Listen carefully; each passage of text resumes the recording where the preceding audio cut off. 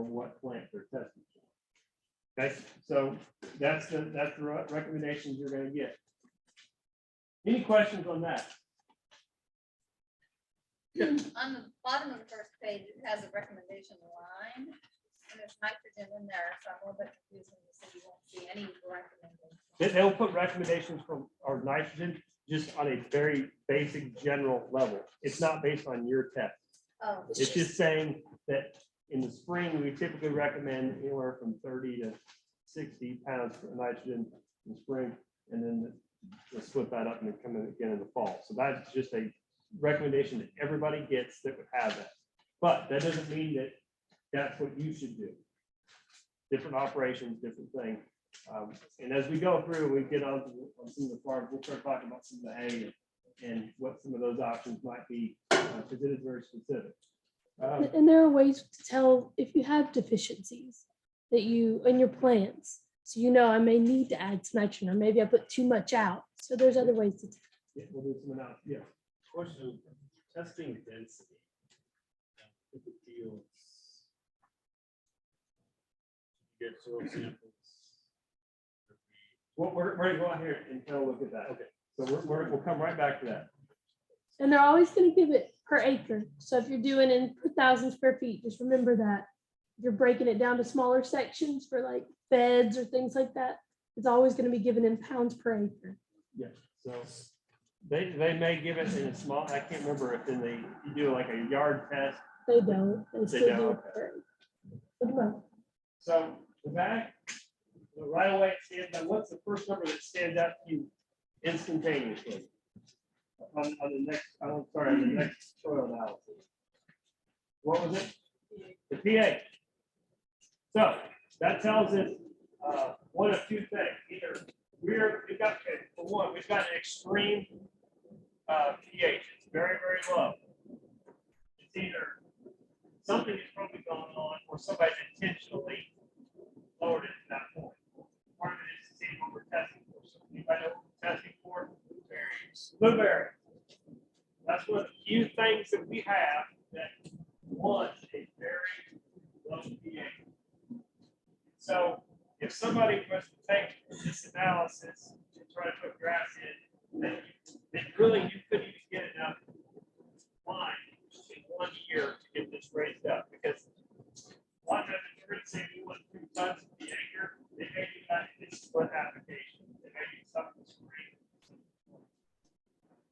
Trying to raise it up that high, they're going to look at split application and probably stage that period of time. That I can see, like you said, it's expensive. I did the recognition just now. I was going to line back the ministry. He's the question. He was talking about how expensive it is to line per acre because it's in tons. I mean, you're putting tons of it out. I only needed it to mix with a little bit of grass. Yeah. So it cost me $5. Yeah. You don't mix it in the sand. Yeah, it's not cheap. It's expensive. There's time and place for everything. Make sure you have time and place for everything. In general, always pay off putting the correct amount of line on your property. Whenever you do, unless you're trying to grow these blueberries, I took all the dollars I had and said I can only do my own thing. I'm looking at first, before if I don't have any extra dollars, it's all going there.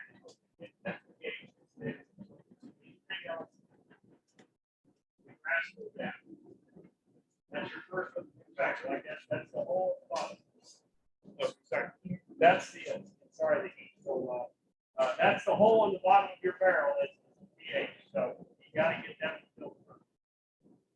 So it's important when you mark on this what you're testing for before we can actually get in there and test it. You put this on here, you don't put your test with blueberries, you fill out the field soil sufficiency, it'll be okay. It's going to give us the correct results, but it's not going to tell us how to get there. Okay? So it's going to shout, you've got a huge problem. We actually had a huge problem if we were sitting here.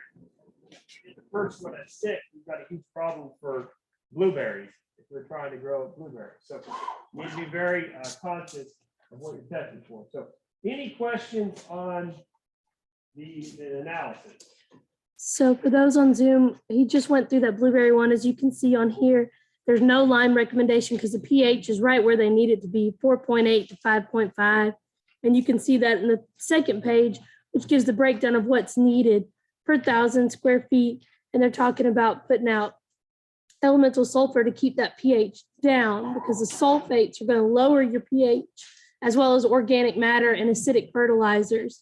So if you ever have a problem with high pHs and you want to grow something like blueberries, those are things you're going to have to consider, is fighting that natural soil pH. It's always going to want to go high. So you're always going to be fighting that back down. So they've probably been adding things to get it in a 4.8. We usually don't see soil naturally that low here. Any questions before we, just on the soil analysis? So from here on out, we're gonna start walking through the process of it and then start getting into different types of soil. So any questions regarding this?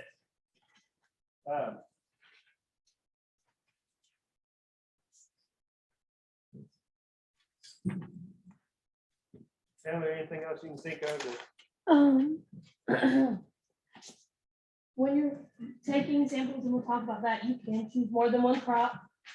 So if you're not sure what you want to grow yet, you can choose multiple crops and they'll give you recommendations for each crop you choose. And then with things like recommendations on the back, if you're not sure, that very last page about what is too much, it breaks it down into pounds per acre for some, and then it talks about parts per million for your soluble salt. That's if you're doing a soluble salt test. But for the most part, we don't always recommend doing those. They're not necessary. How many people, and I'm one of them, so I'll just be the first one to raise. How many people just go ahead and apply, or have in the past just applied lime or nitrogen or potassium without doing a soil analysis? I'm one of them, so. So I have a comment on that. I have a guy who manages my pasture, or has been over the years. They've been doing it for years, and I said, I want to get a soil sample. I can tell you what you need, So I got the soil sample. He was right. You can be right sometimes. I could tell people they're going to phosphorus is going to be high, and I'm probably 100% of the time going to be right. You just never know. Your soil can be different from your backyard to your front yard, depending on what they brought in when they built your house or whatever. You just never know. It's always best to be safe. There are things that can be indicators, and where the land lays, whether it's on the bottom side or a hillside, whether you see indicators like sage grass. Everybody thinks universally that sage grass is an indicator that your pH is up. It can be. Typically, weeds like to grow in more acidic environments, lower pH. So when you kind of that magic equilibrium number of 6.0, anytime you start to drop below that, you've created an environment that weeds take advantage of, or sage grass. Anytime you start to creep above 6.0, that's when the grass starts to take advantage of it.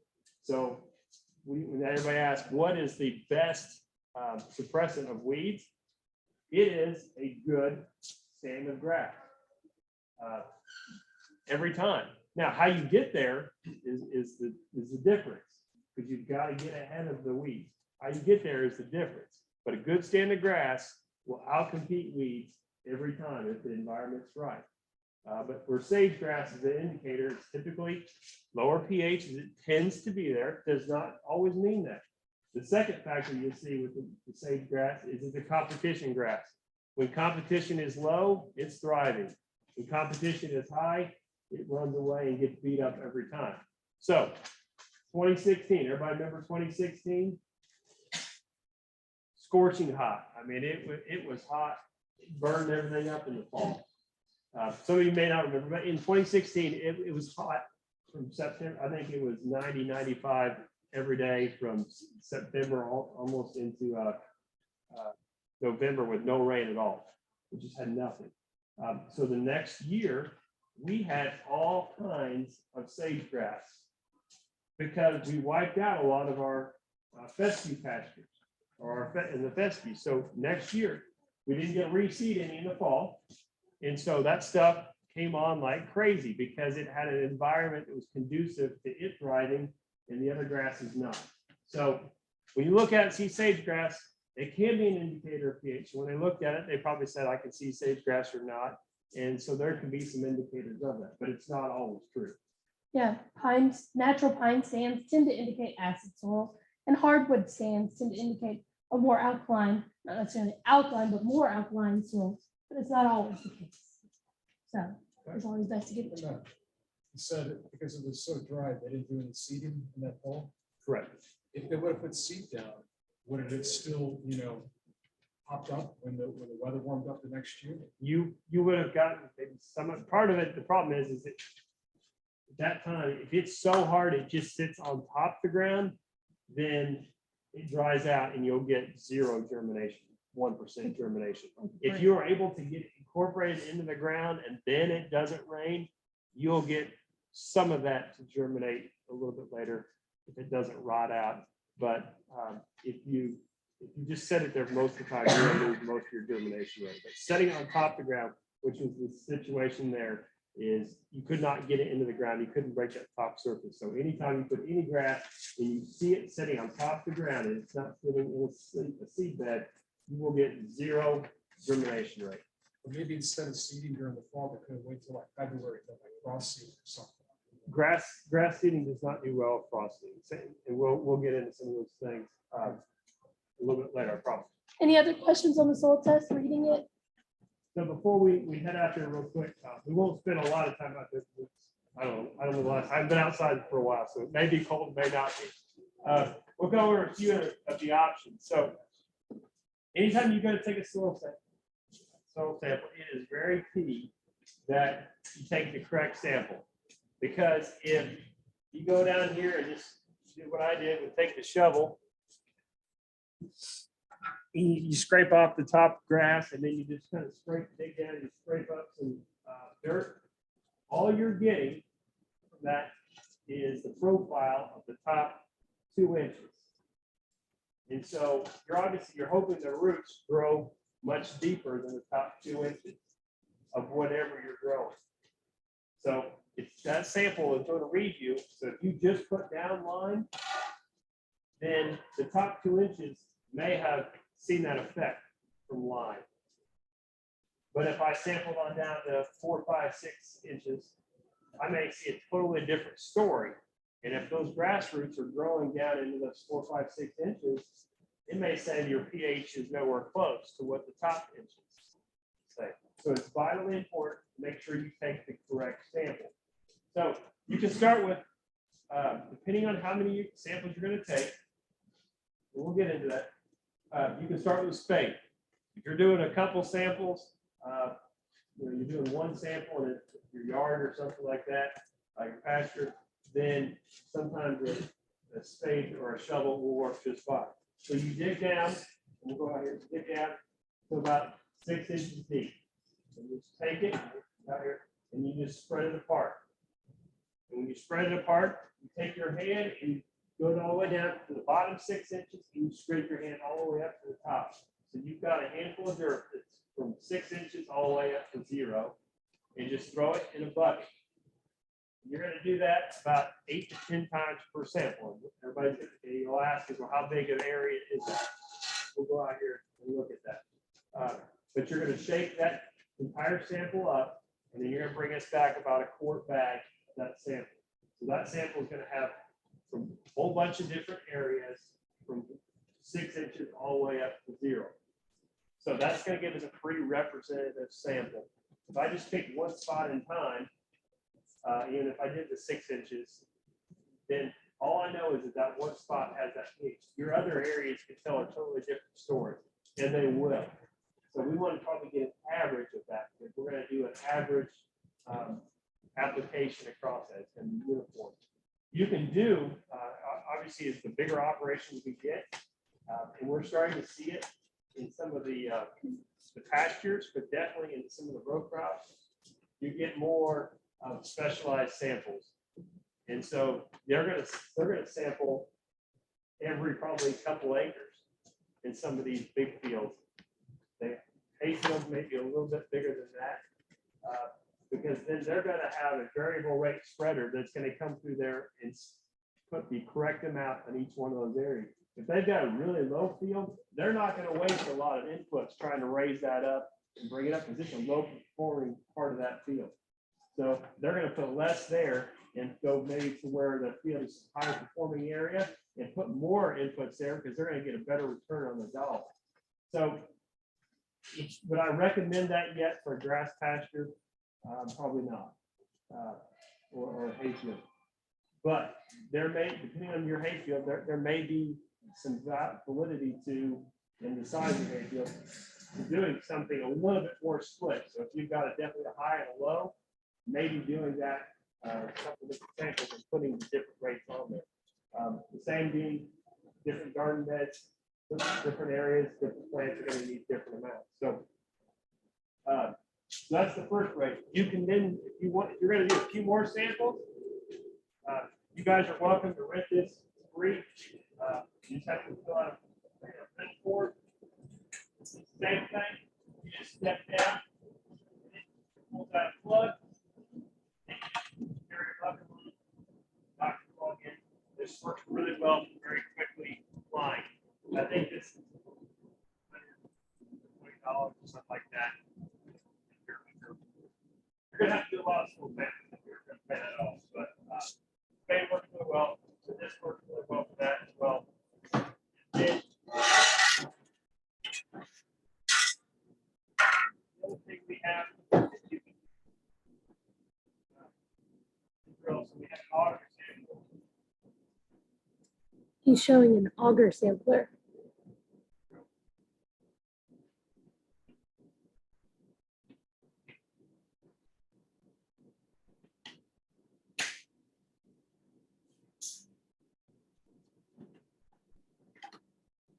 All you do, drill through here. Drill out through there, and just pull the sample right back up in the bucket. So once again, if you're doing a bunch of samples, you're also welcome to utilize this.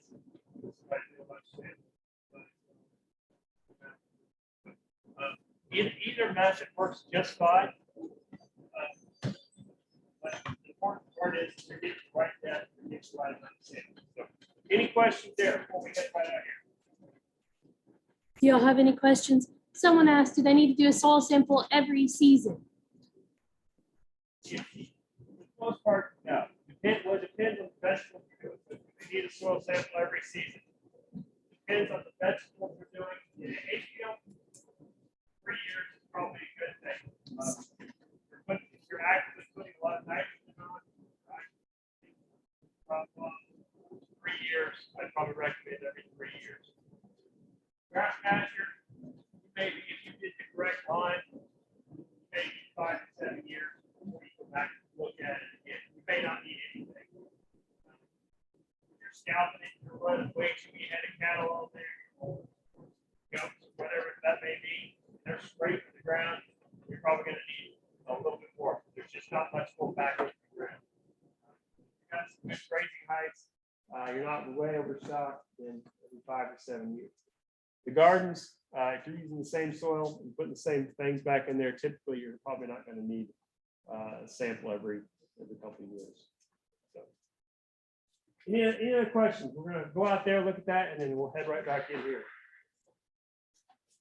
All right, we're going to go right out here, just step right out here, and then just kind of make a right on the light.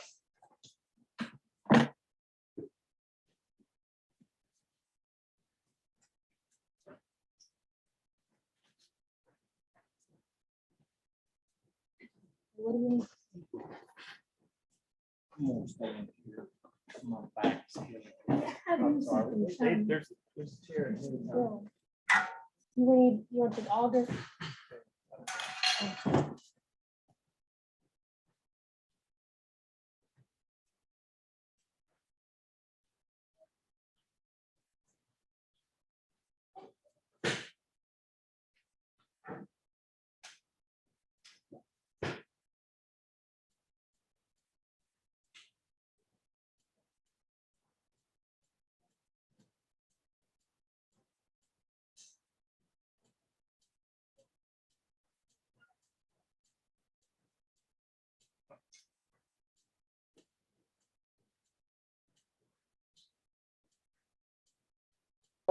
make sure everybody can, you're gonna do that. And I like to probably a good, pretty good little spot out here, depending on how muddy it is.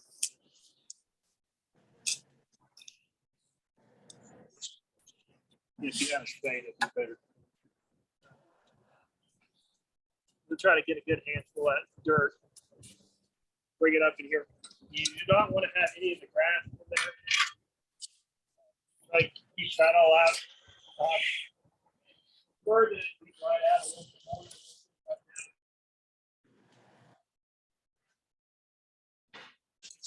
It should probably should not clump together. They're going to dry it out either way. Let's try to remove any and all the. Then back it, we'll get it from there. Same thing on. It should not get too much of the grass there, and then just try to break up like get it going. So when I'm looking at it, we're sitting on top of a hill. We've got a nice gentle slope, and then we've got a little bit of a valley or collecting area, might be near a river or anything like that. So how many people have property that looks kind of like this? Anybody have just a hillside? So the important part is, okay, is if this is my property, how many different tests do I need or analysis do I need? Because you want to maximize the value. You don't want to pay for more than what you need. Okay. And so, but you also don't want to try to cram 2 or 3 different areas into one and then not get the return on your analysis. So if all 3 of these areas were considered equal, I have equal amount of top side, equal amount of the hillside, and equal amount of the lower bottom, I would potentially look at 3, best case scenario, 3 different samples. Worst case, I would definitely consider the bottom a better sample. Okay, that's probably going to be my best performing area. Is the bottom. You're going to have some moisture. It's probably working down there if it doesn't drain, or if it does drain pretty well. You're going to have probably a lower quality or a higher quality loam soil down there most of the time. The top side is going to be your second best, and then the hillside is going to be the worst performing of your sample. If I was going to do 2, the low side would be 1, then the hillside and the top side would be 1.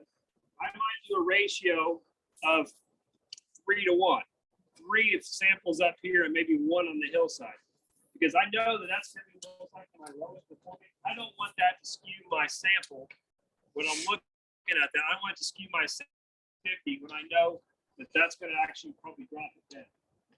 So we're not going to ever try to, very rarely do I ever say aim to bring your lowest performer up to average. It's most likely you're always going to get a better dollar in return for taking your highest performer and raising them to their maximum.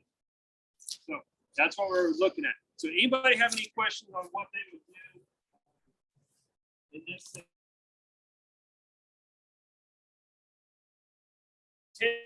10 to 15 typically we would say 10 to 15 acres. 10 to 15 acres would constitute 1 sample. You tell me you have 30 acres, it's all kind of laying the same, take it through 1 sample. We've got one that definitely has a high and low, and definitely looks like one that holds a lot of water compared to another section of the field. If it's a very small portion, maybe just don't sample there. We know that's not going to perform as well.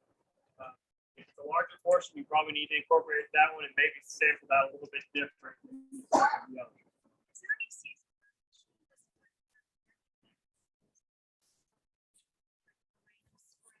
No, not looking at the big picture. It shouldn't matter. So the important good thing online is we won't spend too much time on it. Online, it does not matter when you apply lime. You can test it and apply it at any point in time. Sometimes, generally most people think about doing it during the spring, and other people think about doing it during the fall. But it does not matter what point in time you do lawn. So obviously, you don't want it to sit there on top of the ground forever. Get during the summer, and we just don't get any rain. It's not really getting into the soil, not being productive. But any point in time, we can do that. The nitrogen, a few other things we're talking about. Typically, it's a little bit better to do it when we actually needed it at that time. We'll talk about that when we go inside. So when we're looking at here, I need everybody to kind of give me a thought. I want everybody to tell me when we go back inside when they think we need to apply nitrogen in the spring for this area. So this is what your pasture looks like, what a field looks like for you. When do we need to apply? We'll go back inside so you guys get me. Y'all heard that. Looking at this is your field. When would you put out nitrogen in the spring? You're looking at it. Money is important right now. We want to make sure we get every bang for our dollar. So look at this. If you have to come out here, look under the lights a little bit better, get an idea of when you would apply nitrogen in the spring, or if you would. Okay. Somebody told me that snow and all that freezing is really good for grass. It's moisture. Well, they were saying it added nitrogen or something, or I don't know. No, it's just another form of water.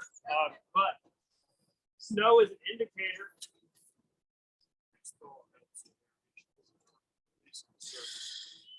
Yeah, anytime, and we'll get into anytime you open up pores in the ground, the soil, that is beneficial.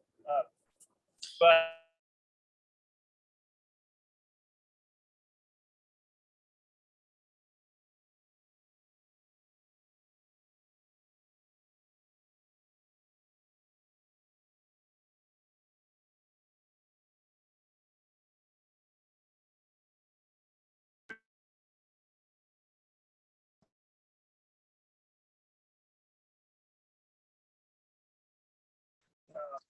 About distance in between samples. So this is it. Okay. If you want to get corner to corner, then use zigzag. Just around, trying to random.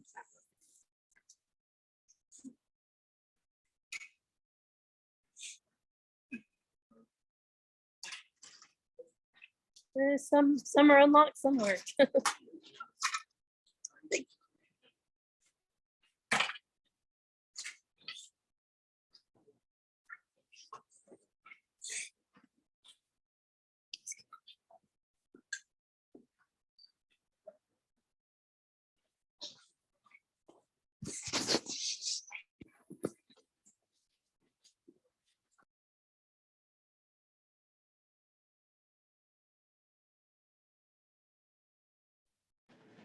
Hey everybody, we're back inside. Y'all missed out on the nice brisk walk. Sorry if you couldn't hear, but basically Matt was talking about taking a sample and in an area, you want to get a random consensus of the whole spot. So random samples here and there, mix them together, and that'll be your sample. If you just have an acre, you don't need to do a whole lot of samples for just that acre. All right. Okay, so based on what we saw out there, show me some numbers. When would people apply nitrogen in the spring or in fall at all? In this situation out here. After the last frost. After the last frost. Okay, so that would be. Are you looking for the month or weather conditions? Or No, not weather conditions, just in general in the spring, because we're coming upon that season. Everybody starts thinking about, hey, time to get the fertilizer out. Everybody, marketing's telling us that. So you have that situation going on at your house. When would you apply it? I would apply it when the grass that I want to grow starts to grow. Okay, so what, out here? What, right? That's all right. That's the first cut, okay? What? Again, okay? So if I had the situation that was going on out there, it looked to me like that was about a 90 to 95%. We'll just describe it first, brown versus green grass. So if you saw that, you see grass, anything that is brown right now is a warm season grass. It's peak, it starts growing and greening up in May. And then when we get the first frost, heavy frost in October sometimes, it immediately goes brown and done. Anything you see that is green right now is a cool season forage. It stays green, variations of green all year long. So when I'm looking at here, it's important. So remember, you know, everything we see says put nitrogen on it. It's like eat protein. That's the number one thing we look at in humans. Always eat protein. Nitrogen is it. If I saw that situation out here, I would say do not put anything on in the spring. You will not get 1 cent of value outside of that 5 to 10% of green grass that you see out there. You will not get any return if you put nitrogen on that situation. Because why? Because that grass isn't growing in the spring. It's dormant. just sitting, it's dormant. So if I put that on in March, and it doesn't really start growing until late May, early June, that's the thing about nitrogen. We're going to get into some highlights of that. It's gone before that grass can even use it. So when we're talking about dollars return, you're going to put nitrogen in that. We're expecting it to be about 3 times higher than it was in the fall. There is a time and place for it. That is not the time or the place. If you've got a patch that looks like that, or season grasses can be really beneficial. They're not beneficial in the spring or after that first heavy frost. So if you've got something that looks like that, you're not going to get a return on dollar. I would never say you know, only $1 an acre. You're not going to get a return on that. So, question is flip flop it. If you had 75% green grass and 25% brown, now you're starting to get into, okay, what am I actually going to be doing with this property? Your hay, I think you've got good quality hay, you're going to get a return by putting nitrogen down. I don't care what the price is right now. So I said that they look at the season. I'm saying you've got good quality hay, you're probably going to get a return. It's your best cutting, it's your worst cutting. Most part, you've got green forages, best cutting. So we're going to get probably a little too deep into that. We'll talk about that later. But the key is nitrogen. Don't put that down. In that situation, if I wanted to put nitrogen down for that time of year, for that soil, that plant, I'm going to be thinking about sometime in probably June. If I'm seeing indicators that we're getting some rain, because you got to have rain. It's growing. Yeah, when it's growing, that's what you got to have. So we'll go home, look at your situation. If you've got a question, give us a call. But for the most part, you can probably get a pretty good idea. If you're coming up like now, there's a lot of pastures, a lot of farms are looking a little bit like this. You most likely won't be kind of sit this one out, ride the bench in the spring until we get to a little bit later, then we can start talking. So if you've got nothing in a bunch of this clumps of grass, you got to look at, do I have enough grass in return on that nitrogen? If you just have a bunch of patches of little green grass, and there's nothing else there, you're probably still not going to get enough return on that nitrogen. So, And if you're looking at it from a fruit, vegetable standpoint, the same thing applies. If your fruit tree is dormant, there's no need to fertilize. Most of our fertilizers are nitrogen intensive. And when we are establishing fruit trees or establishing plants, we want the roots to grow. Nitrogen goes towards leaf and shoot production. So the adage of adding fertilizer when you plant, not necessary. plant's gonna need the nutrients in the soil that is there naturally, and we fertilize down the road. So what about, if we're talking about parents a second ago, and it's adding sulfur to make it more acidic, that's not the same. Not the same, unless you're doing an acidic fertilizer to add your sulfur. They're like ammonium sulfate is acidic. Because right now, berries are dormant, Yeah, but you so can still them in the soil with the sulfur. it's like liming out of season when things are dormant. But if you're putting, some people say, put your lime and fertilizer out at the same time before you plant. Problem with that is your fertilizer is gonna be gone by the time your plant's really gonna be able to use it. Especially our ones that are triggered by temperature, scarification and all that, those coated fertilizers. You're gonna wanna wait to put those out until you need them. Has anybody tried to grow tomatoes and tried to feed like a fertilizer, like where those Miracle grows, just all throughout the entire season? Have you ever noticed, did you get the quality and the amount of tomatoes that you were hoping to get based on the amount of time fertilizer that you put on there?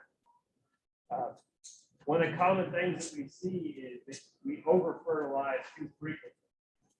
And so especially like tomatoes, every time when you pour that fertilizer, that encourages the plant to keep growing. So by the time you're done, you've got like a 7-foot tall. Beautiful dark green bush with no fruit. Yeah, so the plant actually doesn't start to trigger itself to keep on growing it, and not actually start putting its resources back into the actual fruit of it. So early on, you put the nitrogen down to get the plants going, but that after that, kind of step away from it, and that way it triggers the plant with the temperature and everything else to go back into that fruit production. And that's what he was talking about with the snow melting. It's something I noticed when we had snow just a while ago, and I forgot to take pictures of it, but all the lawns that had a good stand of Bermuda, the snow took forever to melt off of them versus the lawns like mine that were full of weeds. The snow was gone like 50% faster because there's heat, because those plants are actively growing and that soil's microbes are working around those plants. And so that snow is going to melt a lot faster than in a dormant stand of Bermuda where there's no activity. So same with your fertilizer. So, okay. So I've got 4 different samples, and it's no way as good as the sample taker, and that he wasn't that good. But these are kind of a little bit representative of conditions that we see. But the first thing I want to get into is, as we finish our talk just on nitrogen, is there's a reason why we don't put nitrogen in the analysis, because it's only there for a fleeting minute. And so it's very hard to predict that. So if I say this is what it is, and you pay, and then a month later you go to put it down and it wasn't enough because it completely changed its profile. So we have to just kind of go by assumptions. But part of that is trying to understand how nitrogen works and how it works through the soil. So nitrogen has losses for 3 points in time. And so there's 3 ways to really lose, or 4. For one, it's used by the plant. You put a form down, it is usable by the plant, it gets into the soil, that plant uptakes it as it's growing, it takes it up. One of the worst situations you can get is that plant uptakes some of that nitrogen, and then all of a sudden we get an extreme drought. So that nitrogen is just sitting there in that plant. That plant's not growing, doesn't have moisture to grow. It's just sitting in there. Well, when you start talking about raising animals, it can lead to some toxicity, especially when you start getting silage and some other like Johnson grass, some warm-season grasses. It gets in there, and then it's kind of locked in there. We cut it for hay, and you feed it to some of our animals, and they get nitrate poisoning. So we typically have an idea when conditions are aiming for that, and can talk and kind of send out information like, hey, we're starting to see some of this. Conditions are ideal for this. If you're using this forage in your feeding regimen, it might be worth it to test it for nitrate toxicity. Not that difficult to test. At least it'll give us an idea if the sample potentially has that. So 1, the plant uses it. 2, we get into runoff. You put it in the ground, and all of a sudden We get a gully washer that comes through there, washes it all down into the creek bottom, and it's gone now, it's in the creek bottom. And so we just lost all of that. So we lost it through there. You can get it through leaching, is that you put it in the ground, it's in the plant, it's been there for a couple days, and then we get a huge downpour, and our soil does not have good holding capacity, and it just leaches down beyond the root zone of the plant. So they cannot get access to that. It's gone too far below the root system. It no longer has access. We don't get it anymore. And the third way that, or the fourth way that we've lost it is volatilization. So it sits on the ground and then it volatilizes into the air, dissipates, and so we lose it through that aspect of it. So there's a lot of different ways that we can put it on there. So it's very key. So you just throw it out there on the ground and we don't get any rain or anything, and it doesn't have its way to work its way in the soil, it will just volatilize. And so we get different forms of nitrogen. It can be encapsulated. Most of the time what you're seeing is urea. Yeah. So sulfur coated urea. So it's urea that is the nitrogen form. So some of it can be encapsulated. Polymer Yep, coating. polymer coated, and others without that encapsulate. So when it has the polymer coating or the encapsulated, it is a slow release. It's slowly releasing that nitrogen in the soil. So that plant's getting some nitrogen a little bit longer throughout the time. When you don't encapsulate it and it just sits there, it's released into the air much quicker. Depending on the type of year, during the spring, it might be a little bit slower. When you get high heat and humidity, it can be volatilized very, very quickly and be gone. So that's why we don't, this area, you can only get really access in urea. We used to get other forms, but they no longer produce that.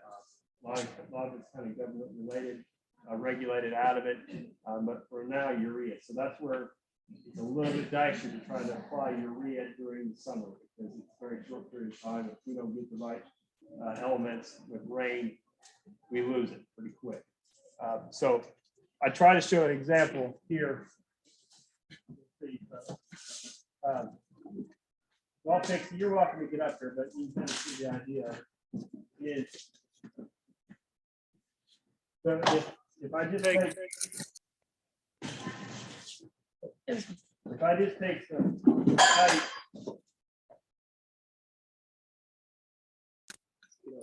for the most part,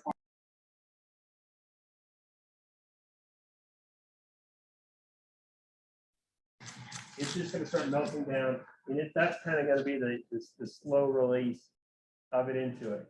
And so we are going to get some potential. When you put it on like this, you have right now, you have the potential to be able to get some runoff. It's still going to be a little bit slower, but it has potential for runoff. When I cover it up and I get a little bit more like that, it's protected a little bit more. So I'm going to get a much slower release of that stuff. And so it's going to start working its way down in there much slower when it's like that. But a lot of times what we'll see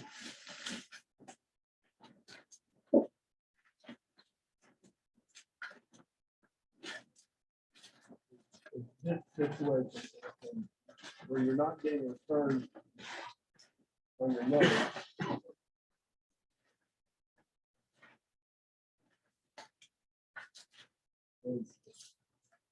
That is what you're seeing. That's what we see a lot. It's volatilizing just like that. Is you're losing it up into the air and it's gone. So when you're talking about something that is so expensive right now, time and place and how it's applied is so key to it. And somebody was asking me regarding how long can we just leave it sit out there? And how long can I have my animals out there? And I'll speak to the animals and let Taylor fill in anything around the plants. If you've got a pasture that is just like this table, and so it's just sitting out there and they're just basically licking up off the ground, I might be a little concerned. I doubt that they're ever going to lick enough of that stuff up. They have just a pile of, you just have mounds of it sitting there and they're licking it up. I might be a little bit more concerned. But if you've got a good stand of grass and it's got, it's able to get down to the ground and they're not grazing right there at the ground level, you can go right back out and put the cattle out there, and it's not gonna make a big difference or your sheep or goats or whatever. it may be. But this is extremely common. You put it down in the wrong situation, it is gone like that. So how long is it there for? I mean, you're talking a month or so.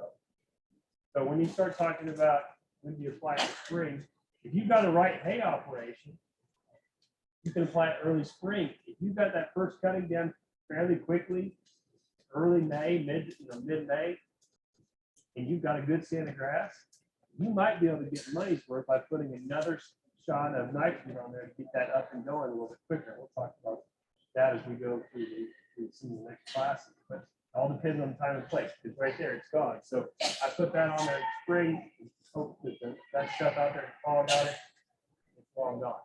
That's the challenge. But if you've got grasses like this out here, do you ever apply fertilizer? Because this happens very frequently in the summer.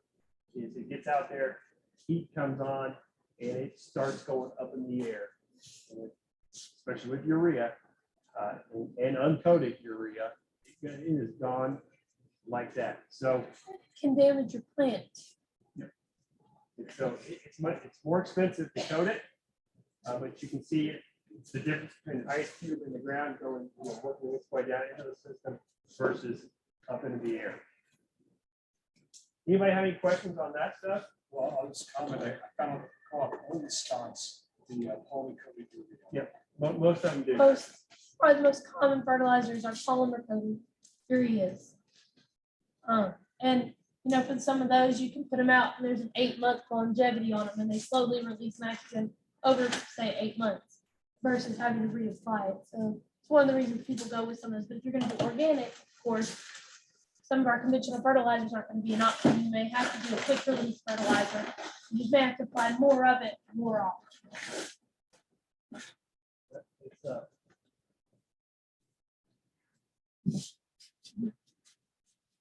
Any other questions on nitrogen? I mean, that's such a hot topic right now.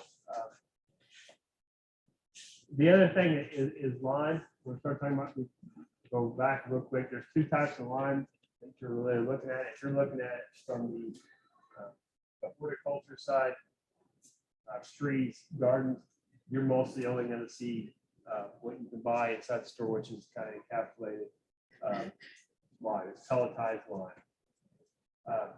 When you start, it's very granular.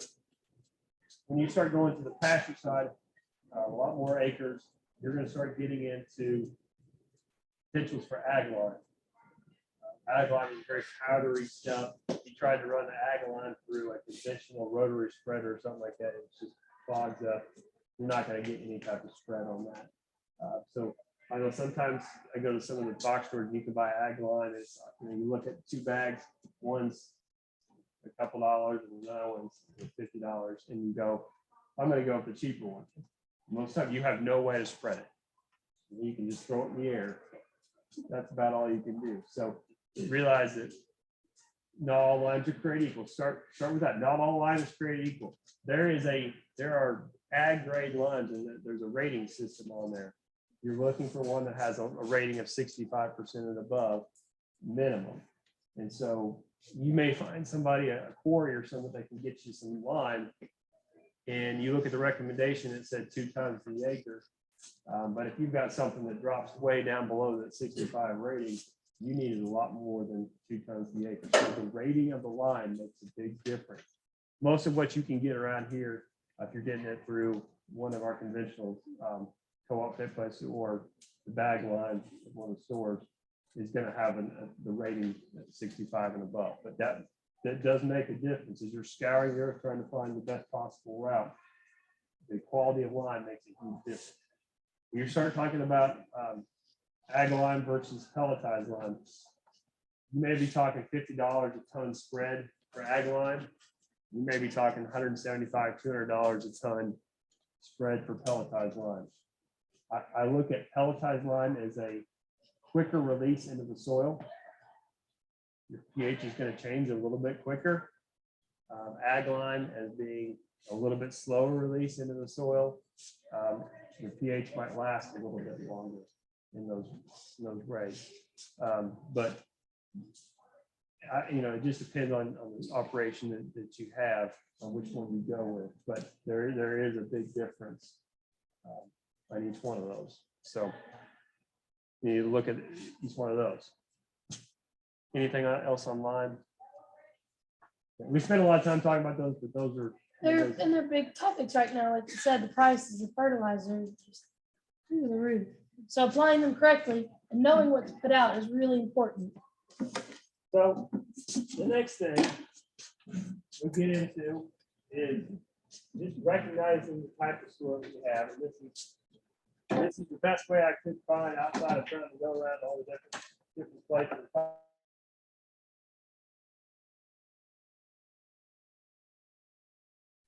I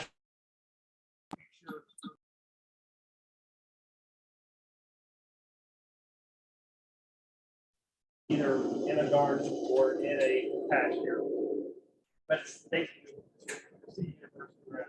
so I have one here that is, I think, a good sample of what I typically see is you've got about 2 or 3 inches. They're almost all clay. Kind of light, fluffier stuff. Kind of stick down. You just take your finger, kind of push down. First 2 or 3 inches go easy, and then bam, you just hit like you hit rock.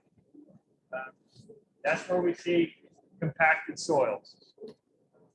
Animals grazing time and time again, running a tractor over time and time again. So when you're trying to plant something like that, you're going to have a challenge. Root systems in good soil, one of the key things is they like air. They need air. So when you start packing everything down, there is no opportunity for air and importantly, nutrients to make its way into it. You guys feel it. I go down, so my root system is only grown about 2 inches. I'm good. There. When I get below that, I've been actually, there's no way those roots going down there can access some nutrients. Especially when you get in the summer where an inch of rain, the next day it gets freezing 95-degree weather, that inch of rain is gone. And so if they're only growing the first 2 inches of snow, it's gone. Their access to each root water is gone, the nutrients is gone. So they can't get the nutrients, they can't get the water. So this is a very typical setting we have in the crop. To kind of feel that out, see if it feels like something you've had. This is more representative of quality soil.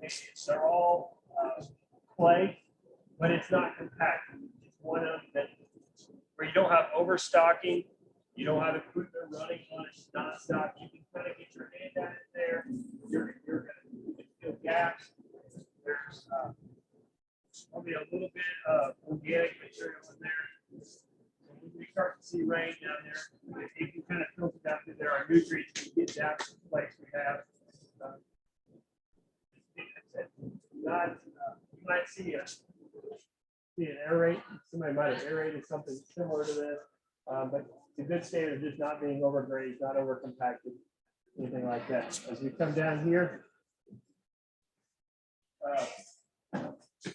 this next sample, I didn't get it as bad as I really would like to, but it tells the story of a lot of ours. This is much, if you start to feel that in this one, you're going to start to feel a lot of rocks. Most of us probably have a lot of rocks, probably a little bit rockier, but it's also, like I said, this is a lot of the environment, a lot of our grasses are growing inside of this one. Obviously, when you have gravel, you have rocks in there, there any water, nutrient holding capacity in there? No, you've lost all. No, the good thing is it does, this those rocks can lead to some pathways for release, for there to be air or something else to get that in there. But as far as water holding nutrient capacity, just doesn't have it. How many of you guys walking us over here feel around? How many of you kind of probably have something that's similar, rockier? Yeah. So So notice that anytime you have something like that, nutrients are not going to stay in your soil profile near as long as they're going to stay maybe in the second over here. So you can't change that. You got 100 acres of that. You can't change that. But we know what's going on, so we're prepared to act on it based on what we see. Versus just saying, okay, a lot of times we're like, all right, well, you know what, you need to, if you got 100 acres, we need to make sure that you've got good compost. So I want you to spread about 8 tons of poultry litter on there, and I need to put all this organic material and things like that. So there's things you can do to improve these things we'll get into as we go throughout. But okay, so let me go over. So roll this way.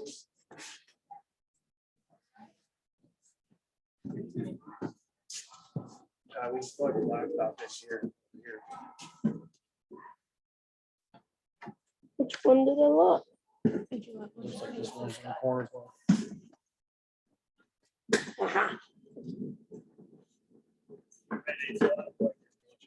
Oh, yes, we don't even. So this last one is a combination of a lot of things that we've amended. Like I said, this is not necessarily going to be more of a pasture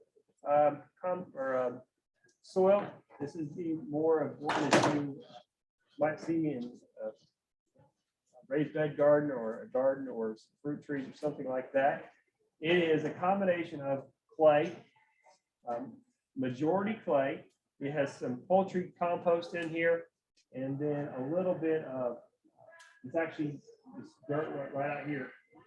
It's got a lot of sand in it. It's clay and sand, but it's got a lot of clay or sand in it, which makes a really good growing environment. So that's just on the top layer, but it's all mixed around. So that we've had this mixture. We started creating this mixture about 2.5 years ago, maybe almost 3, probably about 3 years ago. So early on, it was pretty heavy clay. So that poultry compost, it's not poultry manure, because we first put some just heavy poultry manure on there, it burned the living daylights out of the plants. There's just so much nitrogen on there, it burned them to death. But the poultry compost that we put in there, mixed in there, has created a really good organic material. And so that's key, is having that good organic material. So the question is how do I get organic material if I've got a situation like this? Obviously, you got a bunch of pasture. You're not gonna kill off your pasture most of the time. You put in some organic material, but you can return it. Like I said, when cows can't, you're returning organic material. It's a little bit more difficult with hay. But let's say you've got a pasture, you're trying to turn it over and create a little bit better environment here, and you've got some space. Maybe you can kill off a portion of 5 acres or something less. One way that you can increase that organic material is to put it in cover crops. We'll get into that. Cover crops, like turnips, clover, something like that. Heavily seed that in the fall, and then you come back in and terminate it sometime in the spring, and you can kind of, those plants decay and die in there. So you're adding that organic material back into there. So Their roots are also creating pore of space course, yep. that we need. Your soil is ideally 50% mineral, 50% pore space, 25% of that being water and 25% being air. We don't always get that, but that pore space is really important with our clay soil. In what environment are you creating the soil? Are these big piles? Is this actual like dug up? I dug this up. So each one, so this is a bed that we created. This is a raised bed that we created. So we just took regular clay that we had pulled from I think excavating right over here across Berry Farm. We pulled some of that, and then we had a local, I think our speaker in 2 weeks is going to speak on poultry. He's got a poultry house. We got some poultry compost from him, mixed it in there. And so that's, and we got a little bit of dirt over here saying that's how we created that one.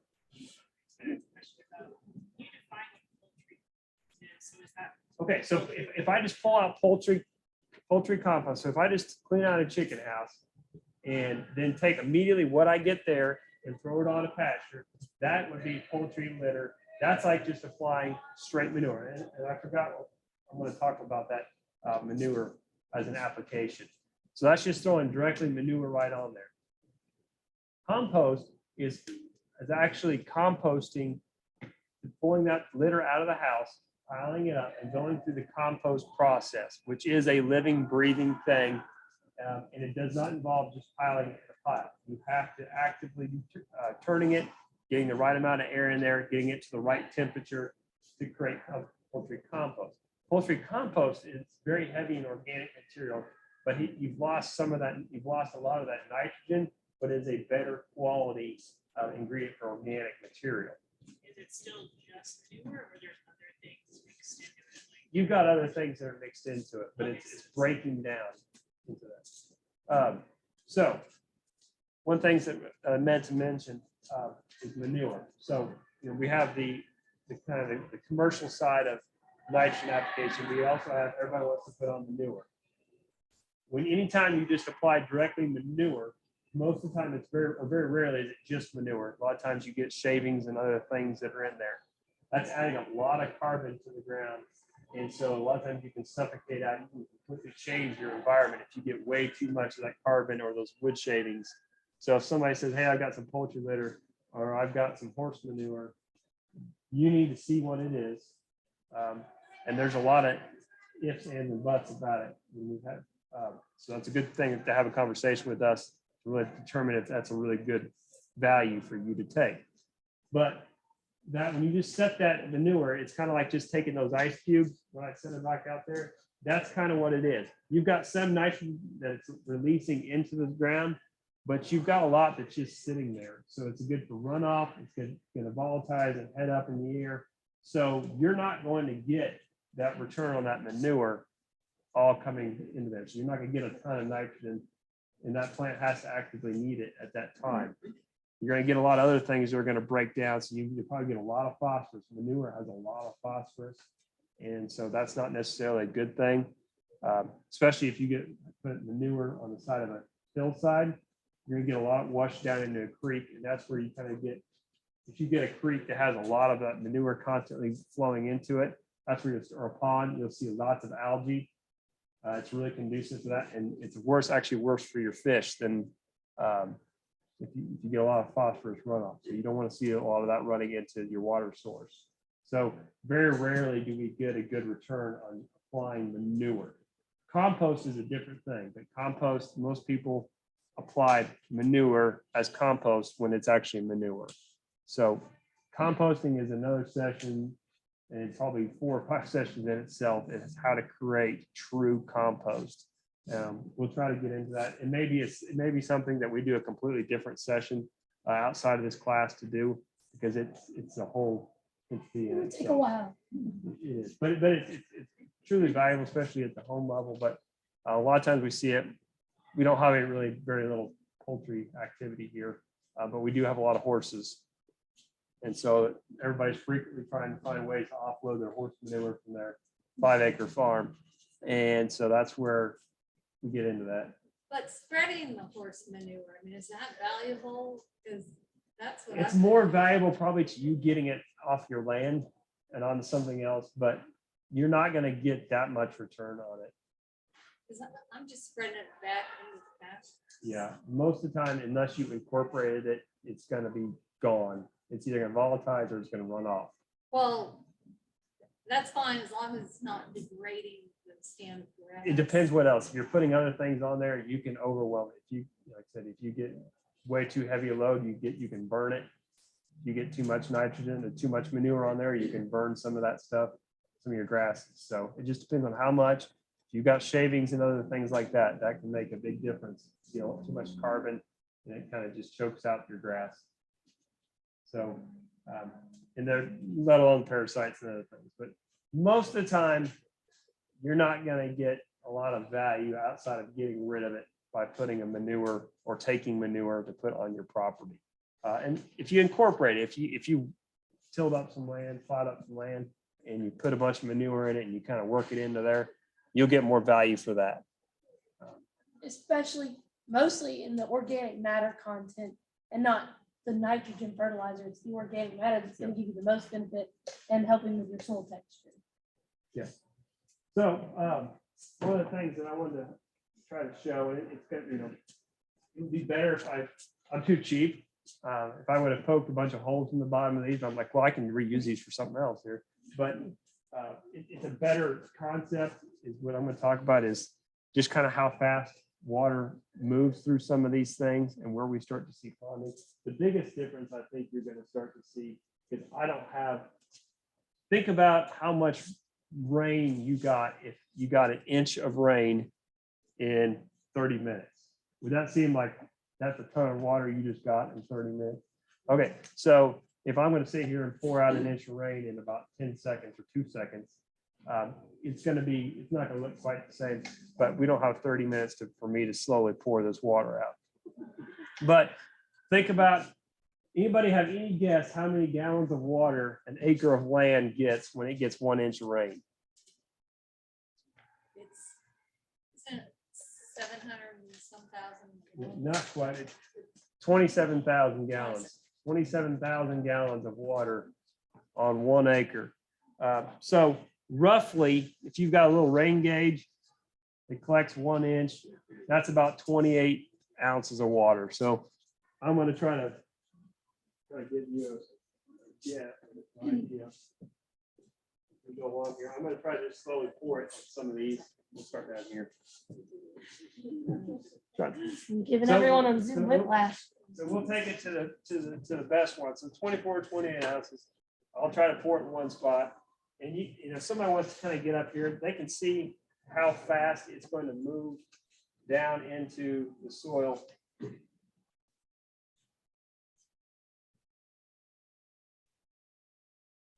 And I pour, like I said, pretty fast, but you can see that it's got some water holding capacity. It's not moving down through there near as fast. It finds those channels. It's able to work its way down through there. So there is some capacity to hold some water. It is. Way up top. It's like I said, it's got some organic material in there that allows access to different nutrients. So it makes its way down there.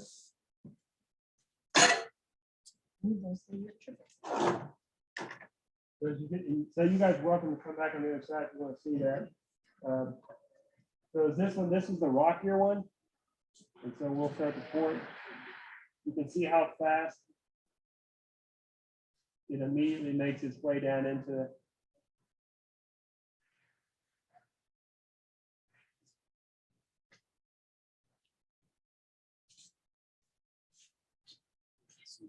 Faster. Got a lot of pore space. Once it hits anywhere where the gravel's at, it expedites it, moves it a lot faster. So you'll start to see the water move from the top. You can start to see where it's still very soft up here. It's all gone and dried out. And that's a little bit towards the rockier side. So that's kind of the two extremes. This is more what I would consider a field situation. So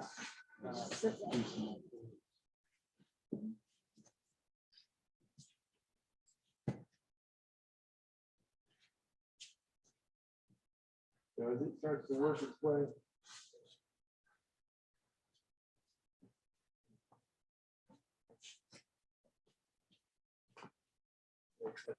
I don't know what all is in this one. This has probably had some rocky soil, but it's not been overgrazed. It's not been overrun.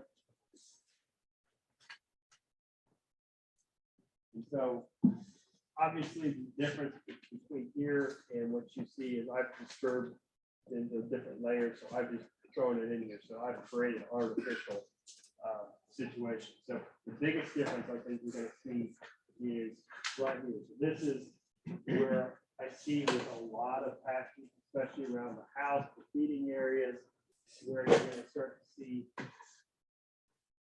situations.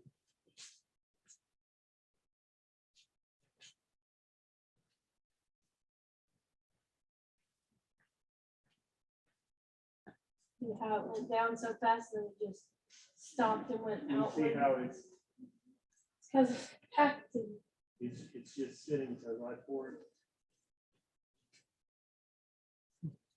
So they're gonna have shallow roots. So it went down the first 2 or 3 inches, and then now it's, you see, I got water sitting up here. There. And it starts to make its way in there. It just starts to see. So a lot of it never even gets below. See, it only got about 3 inches in. So it got through the first 2 or 3 inches or 2 inches that were probably just lightly sitting in there. And then after that, it didn't penetrate. So this is more frequently the situation we have in a lot of things. That's where introducing some different organic materials, trying to get some deeper rooted things.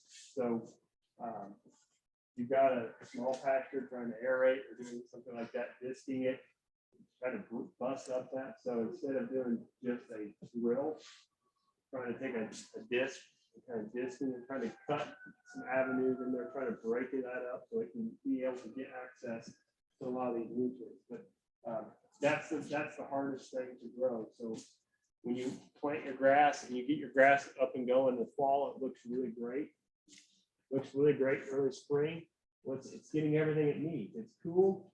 It's getting frequent rains. So everything is great.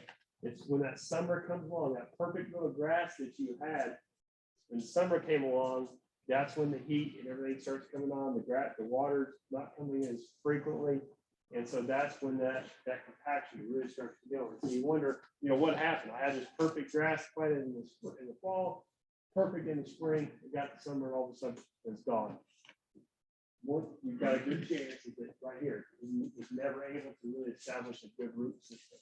So if you go to redo that again, getting that a little bit further break into the soil, anything you can to break it up. Sometimes planting some other crops, adding in a little bit of legumes, which is a great source of nitrogen in itself, and disking or anything like that, which will certainly help. Any questions about any one of these? It's not a perfect example, but it's the best way I know to be able to at least show some example of what you're seeing, what you have going on. So we see all these are all very frequently outside the one at the end. We see, getting into some garden situations, but these three are very, very common in a lot of our situations. So, Taylor, I know you. Well, I had an example. We kind of already talked about it. But when we talk about pore space and we talk about soil texture, and you can feel different types of soil. It's all a mixture of sand, silt, and clay, in which we have predominantly clay soils. Clays are the smallest particles. You can't see a particle of clay with your naked eye. Sand, you can. So for an example, if we've got an all clay soil, you can do this with your kids. Pretend these are sand, all sand. Pretend these are all sand particles. If I pour water in here, it's going to get all in those nooks and crannies. Sand is our largest soil particle. Then we have silt. Anybody grow up in the Midwest or somewhere that's a nice brown, loamy soil? Loam is a mixture of sand, silt, and clay with heavily silt. Silt is that like nice brown soil.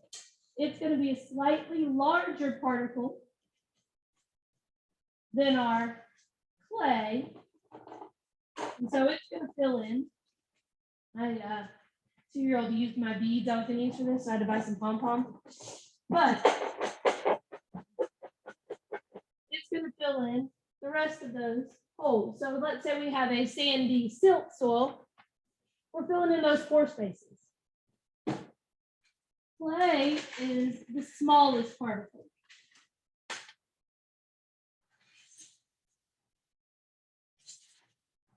So it's going to fill in everything else. So if we have heavily clay soils, it's going to be packed in there.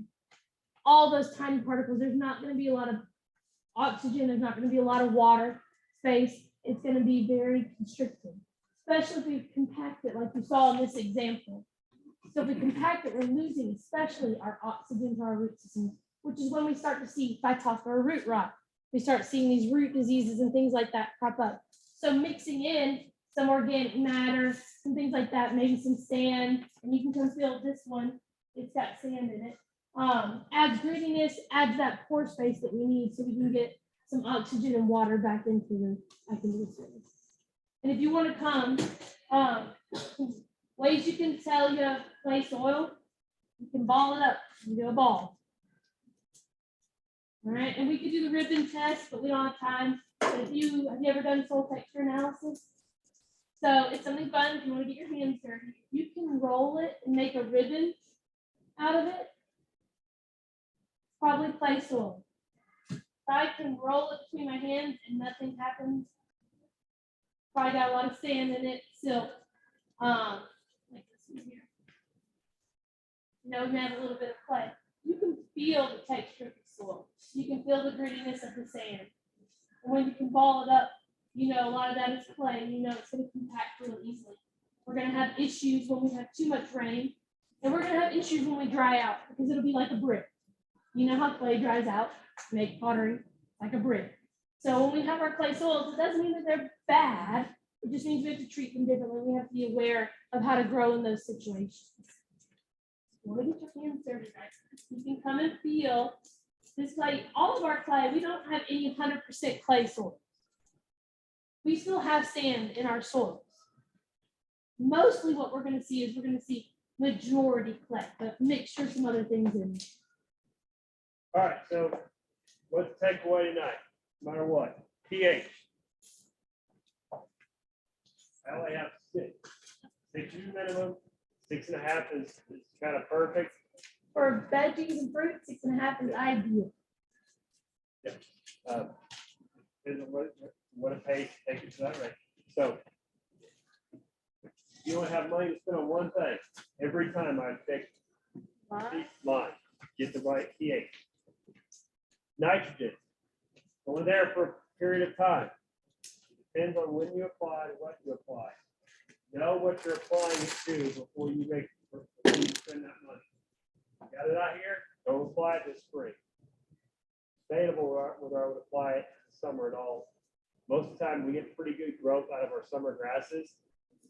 Yeah, as long as we have some decent amount of rain, unless you're cutting it for hay, I doubt I would put any nitrogen down for summer grasses. Just depends on that very specific situation. So that's important. Don't just blindly go by what somebody says, hey, it's springtime, I need to apply.